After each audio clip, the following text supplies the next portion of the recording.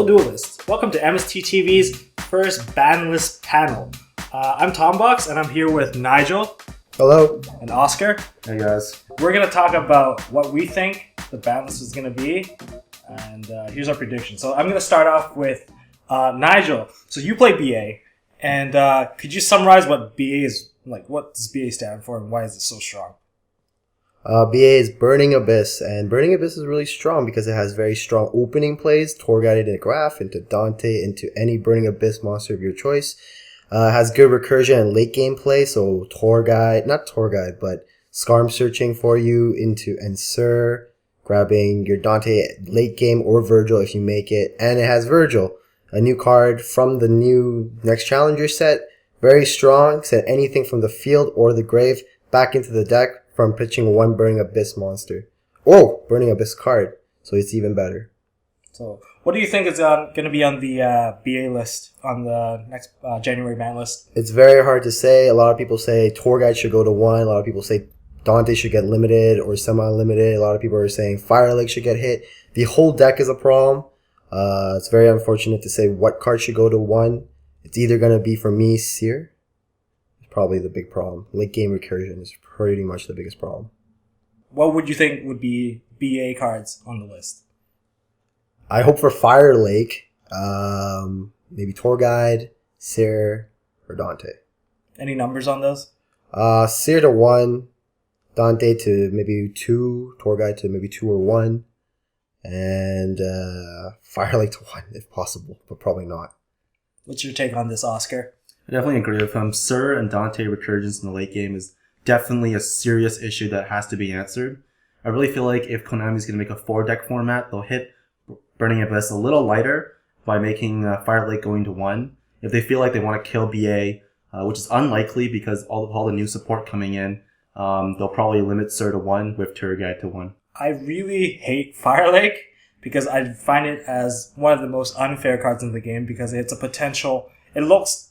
If you read the card, it looks like it's a 3 for 3, but really, it's a +2 to a +5 if you have like the perfect board.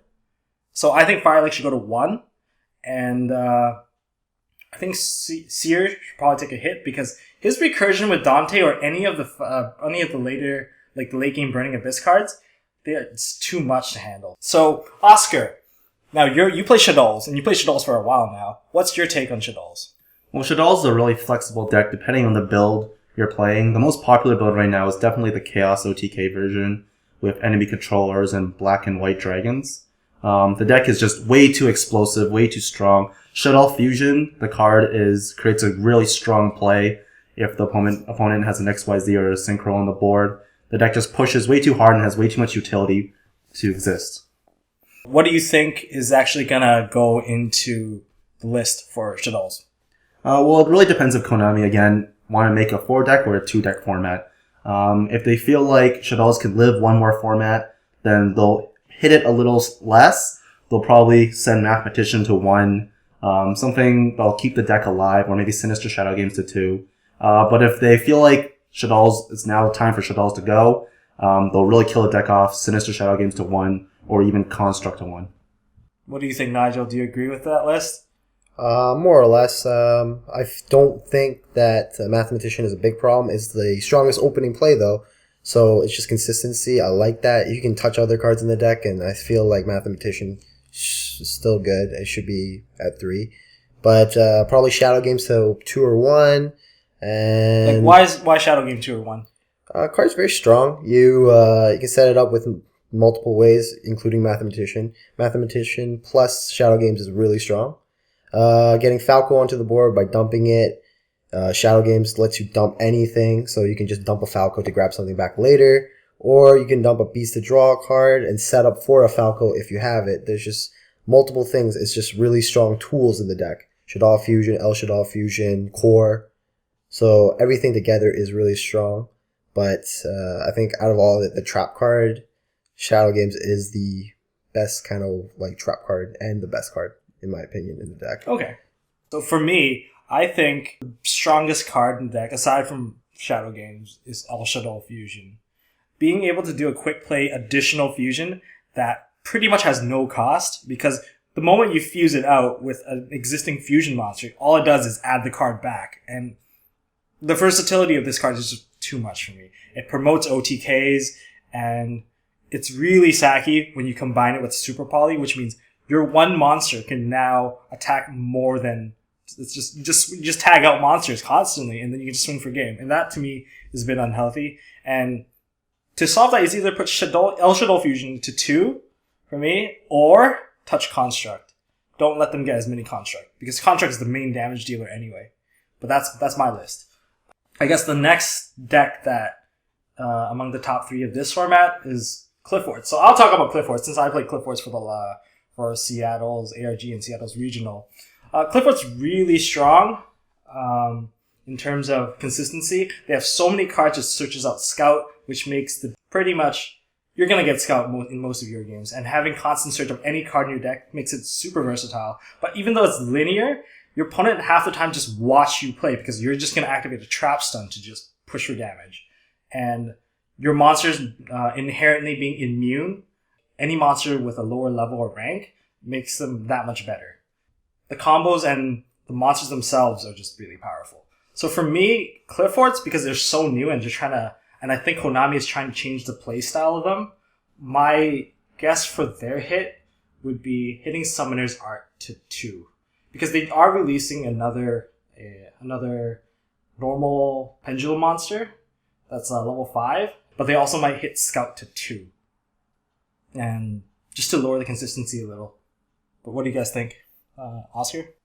I don't feel like they'll hit Qliphorts at all. Qliphorts is way too new of a deck for them to hit. It's just been alive for one format, and the recent YCSs have shown that Qliphorts are really on the downfall, not as strong as BA or Shaddolls. I feel like Qliphorts are not going to hit directly. They'll hit them indirectly, similarly to how they hit Shaddol in the previous format. They hit Super Poly to 1, so I feel like they'll hit something like Skill Drain to 1, or some tech card that... I agree. I forgot to mention Skill Drain to 1. Yeah. Because Skill Drain is a really powerful card that simplifies the game state for both BA and Shaddolls. What about you, Nigel? Same thing. Skill Drain needs to be hit. It makes the game unfair for certain people. Doesn't let Shaddolls, they don't get to play.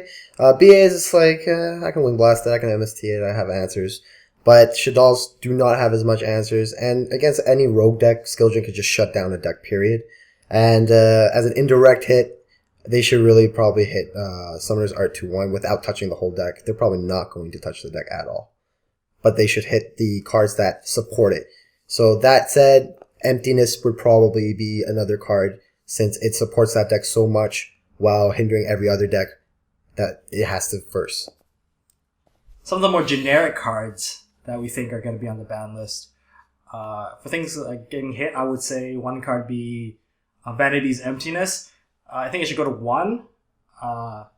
I don't think... It's like, same again, it's like really strong in Qliphorts, but it's also really annoying in all the other decks, because if the moment you put a very strong monster on the board and then you just activate your Emptiness so that your opponent can't deal with you, it's like pretty much win more. Another card I think I personally kind of want to see come back is Heavy Storm. Heavy Storm, like we've been in a storm-free format for quite a while now, and it's been pretty typical to see people just open with one monster and set a bunch of back row and not even thinking about it. Like, oh, of course, if I open the better cards on the turn 1, I'll have way more control. And my opponent will have to like kind of do an uphill battle against you. And I kind of want to see that people are more careful with their sets and rather than just blindly setting every single card they have. I don't feel like Heavy Storm will come back. Konami has made it pretty clear that they want to play a more tempo-oriented game, and Storm really is an OTK enabler. As much as I love that card and I love playing in the format with that card, I really don't feel like they'll put Storm back. And if they did put Storm back, they'd have to put cards like Bottomless, Compulse, Solemn Warning, Torrential, all back at semi-limit or unlimited numbers. But I wouldn't, like, it wouldn't be that bad to have those cards come to 2. Like, it gives it a little more consistency, but it also doesn't let your opponent, like, blindly just play everything because they can. Yeah, it would be a serious meta shift that Konami would have to decide. Some other cards that I feel like are definitely coming back is Darkstrike Fighter is coming back to 1. The errata, it's definitely a fair card. What do you think, Nigel? Absolutely. I didn't even know they errated it. I had no idea that actually happened in TCG or even got reprinted in that set. What's that? Legendary Collection. Yeah, I didn't even know. So I saw that and I was like, oh great, like OCG. So probably should be back at 1 at least. Be interesting. Well, DFS is definitely coming back. It would be very stupid for them to just piss off everyone that got a DFS. They're playing traditional. All the people playing traditional. Like, why? They have to do the card. No, You just errata, I contribute 1 now. Exactly. Like, it's the same thing with like a Royal Command. Anyways, Royal Command's legit though. Royal Command's really good now after the errata. If you don't know what the errata is, just look it up online. What about Basically, you, it's another card that kills Shaddolls, unfortunately.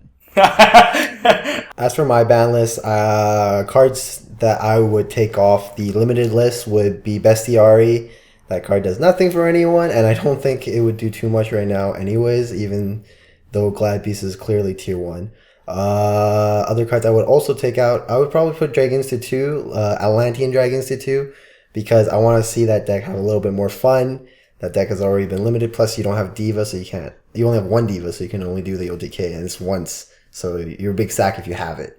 Other cards. Wow. Okay, let's put it out there. You're a big sack if you have it, that's all I'll say. Thunder King, I feel, is a necessary evil to be at 2. It makes the game better, so less people can search and make it unfair for you. It's a side deck card, and it's a good 1-for-1, so if I was playing against Burning Abyss, for example, at Thunder King, they can't. I have to choose. Negate their Dante and give them a +1 from or give them that card from the graveyard, or stop that search at the end phase. It kind of gives you decisions, but I guess it would be pretty bad against Shaddolls. Other cards I would like to see Book of Moon, Bombless, and Compulsory Device at 2. Though out of all of them, I really do want to see Bombless at 2. It is also for me a necessary evil. And it does multiple things because it makes Bombless popular again in most main deck choices. It makes people better. Less trap tricks, huh? Yeah, it supports trap tricks directly and indirectly nerfs Qliphort. You can't just bring everything out. As much as I would like to agree with you on the bottomless, I don't think Bottomless should come back. Not biased at all. Okay, it might be a biased statement, but if Konami wants to push more Pendulum... I agree with you too. It's the problem is someone brought up to my attention is, I didn't think about this as I played Burning Abyss, but it pushes Burning Abyss more towards tier 0 more than it already is. Because your 2 decks, your deck and your deck, they get hit by Bottomless. My deck, Virgil and Seer. So, like, I understand what you're saying, too. So, it's hard to say. I like to say Bottomless because it would help nerf the strongest deck that probably won't get touched the most. But it makes one of the strongest deck in the format stronger. Yeah. So, it's unneeded, too. So, it's hard to say. I don't know if there's any Pendulum deck right now, aside from the Qliphorts, being, like, a really strong deck. Unless Konami plans on expanding on this Pendulum mechanic. If they plan on pushing the Pendulum mechanic some more, I think Bottomless will stay at 1 because it really, really hinders your plays. I mean, 1 Bottomless and you're out of the game. And that too. That's really punishing. And yeah, I don't think it's... But I think it would be good to have Bottomless when Qliphorts are around. And when they finally nerf that deck the way they should get hit, then they can hit Bottomless again and promote that mechanic. But as for the moment, I feel kind of the opposite. But I'm also playing Burning Abyss, so I guess there's a bias towards that too. Yeah, that's right. I didn't think about it, but someone brought that to my attention. Yeah, I totally agree with Nigel that Book of Moon should actually be at 2. The card is fine right now. It really hurts against Burning Abyss, but it's a necessary card. It doesn't hurt against many other decks. It's an inherent -1, and it's been at 1 for a very long time unnecessarily. Some other cards that I feel like can be unlimited or go to 2. Chaos Source will go to 3. Currently, it's at 2 and it's not doing anything. No decks are playing it. So 3 is okay. I think Gores can go to 3. It's also at 2 right now. It doesn't do anything. It stops OTKs. It's a great card that can be played. And Emptiness should go to 1. And Heretic Seal of Convocation can actually go to 3. The deck doesn't do anything. And with that new level-less synchro coming out, Heretic that can be played in Heretics, Convocation can definitely go to 3. I like your choice. You kind of want to diversify the game a little more. Yeah, Konami should really try to diversify the game, but of course they still have to sell products, so keep the tier 1 decks where they are, and then have more tier 2 decks available. There are new Heradic cards? There's a new Synchro. Synchro. Okay. What? Well, one more card I kind of want to bring up before we... Actually, two cards I kind of want to bring up is one's Gale, Blackwing Gale. You may have already heard that they are pushing a new Blackwing. Well, it's an old Blackwing from the manga, Chris. If you've heard of Chris, that means you were pretty much a big fan of Blackwings. He's the 1900 beat stick that cannot be destroyed by spells and traps. So Konami's finally releasing this card, and he has the same special summoning clause as Bora and Gale. Cannot be destroyed by spells and traps once per turn, so he's not broken. And it would actually promote people to play Blackwings again if you put Gale at 3. And they're also pushing a new level 7 Synchro for Blackwings. And Gale would be, of course, a more optimal choice for your tuner. Aside from that, another card that I'm just going to say just for trollsies is Chaos Emperor Dragon should go to 1. There's no way that card is going to 1. It doesn't do anything, man. It doesn't do anything. It is high. It is I'm retarded. kidding. That card's obviously broken out of your mind. So here is our each of our individual lists. If you agree with it, who do you agree with? If you like Oscar's list or like Nigel's list or my list, just leave it in the comment section below. And if we missed anything, please also tell us. If you like this video, make sure you give us a like. And if you want to see more, subscribe. That's right. Oh, one more thing. We have an after show after this. Probably just put in annotations if you want to see us ramble more about things or various perspectives of why we talked about the ban list this way.